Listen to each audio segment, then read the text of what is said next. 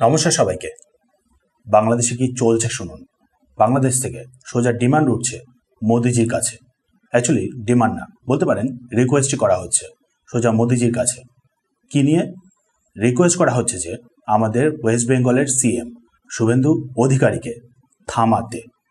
Actually দেখুন, পাশে ছবিতে দেখতে পাচ্ছেন, ইনি হলেন বাংলাদেশের বিএনপির এমপি, মানে কারেন্ট যে বিএনপির সরকার সেই বিএনপির এমপি পার্লামেন্টে দাঁড়িয়েই নিজেদের স্পিকারের মাধ্যমে রিকোয়েস্ট করছেন আমাদের মোদিজির কাছে শুভেন্দু অধিকারীকে থামানোর জন্যে। পার্লামেন্টে দাঁড়িয়েই তিনি সোজা স্পিচ দেওয়া শুরু করেন যে ভারত আর বাংলাদেশ হলো অ্যাকচুয়ালি প্রতিবেশী। ভাবুন, এখন মনে পড়ছে প্রতিবেশীর কথা। যাই হোক, ভারত আর বাংলাদেশ হলো প্রতিবেশী।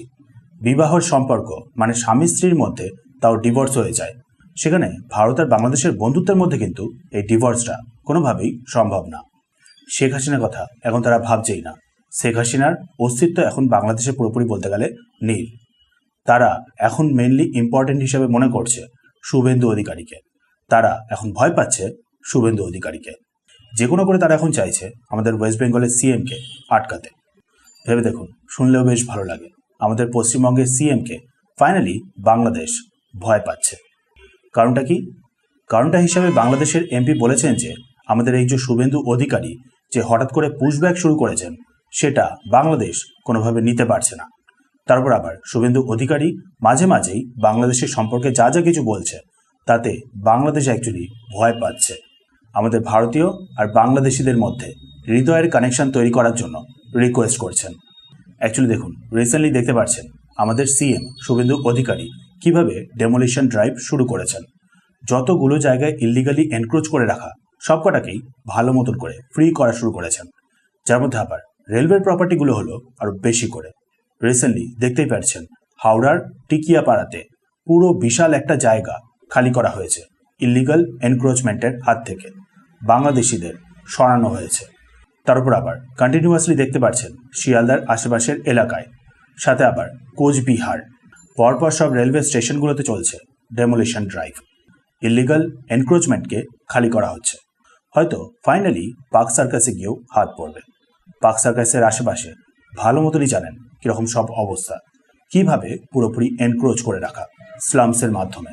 নিয়ম অনুযায়ী রেলওয়ের প্রপার্টি থেকে মিনিমাম 5 মিটার দূরত্ব রাখা উচিত। সেখানে আপনারা ভালো মতনই জানেন পার্ক সার্কাসে বা পার্ক সার্কাসের আশেপাশের এরিয়াতে কিভাবে রেলওয়ে লাইনের 2 মিটারের কাছাকাছি এলাকাতেও স্লামসগুলোকে বানিয়ে ফেলা হয়েছে, ঘরগুলো বানিয়ে রাখা হয়েছে। ফাইনালি হয়তো সেখানে গিয়েও হাত পড়বে।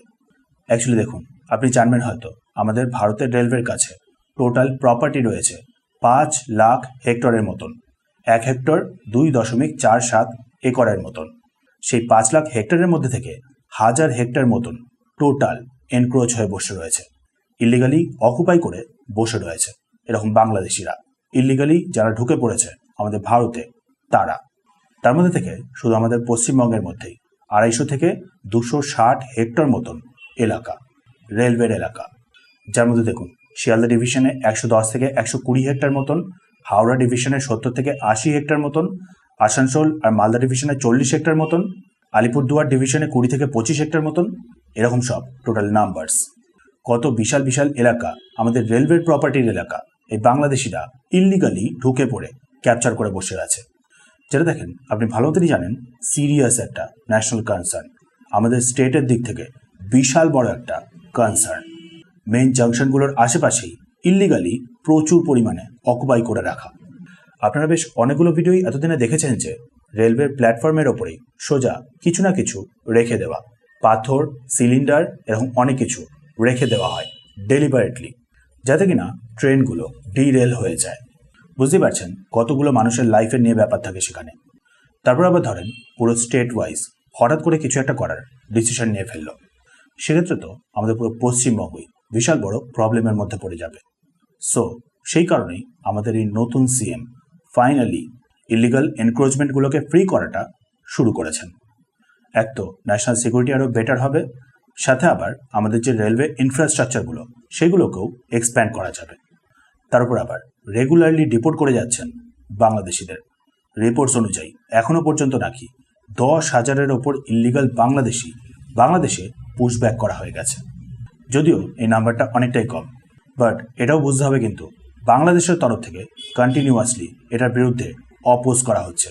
বাংলাদেশ কোনো না কোনোভাবে এটাকে আটকানোর চেষ্টা করছে, এমনকি তাদের নর্মাল সিভিলিয়ানদেরও ইউজ করে। সো যাই হোক, মোটামুটি 10,000 জন মতন ইল্লিগাল বাংলাদেশিকে আমাদের নতুন সিএম শুভেন্দু অধিকারী পুশব্যাক করতে পেরেছেন, আর বাংলাদেশ এটাকে নিয়েই কমপ্লেন করা শুরু করেছে। অ্যাকচুয়ালি দেখুন, বাংলাদেশের মতে এই ইল্লিগাল বাংলাদেশিদের যদি আমাদের ভারত রেখে দেয়, আধার কার্ড দেয়, খাবার দেয়, কাজ দেয়, তাহলে সব কিছু ভালো। বদলে এই ইল্লিগাল বাংলাদেশিরা আমাদের ভারতেরই ক্ষতি করবে, তাহলে বাংলাদেশ সব দিক থেকেই খুশি। কিন্তু আমাদের ভারত যেহেতু ফাইনালি অ্যাকশন নেওয়া শুরু করেছে, তাই বাংলাদেশের এখন এই এত প্রবলেম, যে কোনো করে আটকানোর চেষ্টা, এই পুশব্যাকটা।